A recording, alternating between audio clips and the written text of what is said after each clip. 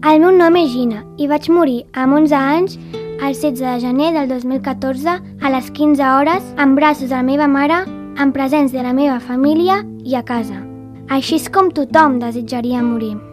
He de saber que vaig viure la meva mort més com un triomf de la vida i com una oportunitat per ser acompanyada que com un fracàs. I això va ser gràcies a l'equip de cures pal·liatives pediàtriques de Sant Joan de Déu.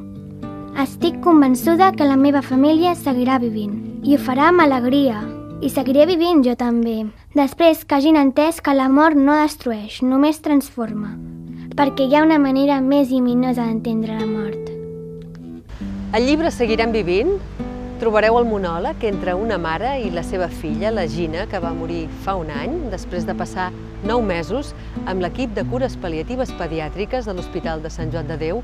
És la descripció també dels últims temps al costat de la Gina, d'una pèrdua continuada i finalment de la mort, a casa, amb naturalitat, amb acompanyament. I el dia després, l'endemà, acceptar la pèrdua del fill i a poc anar recuperant la força, l'energia, les ganes de viure, l'alegria de viure, empesos també per la força dels fills. És un llibre ple de reflexions sobre la mort, que d'alguna manera és un revulsiu també per la vida, i en el que hi ha missatges tan importants en els que tots hi estarem d'acord, en el que ningú vol morir sol.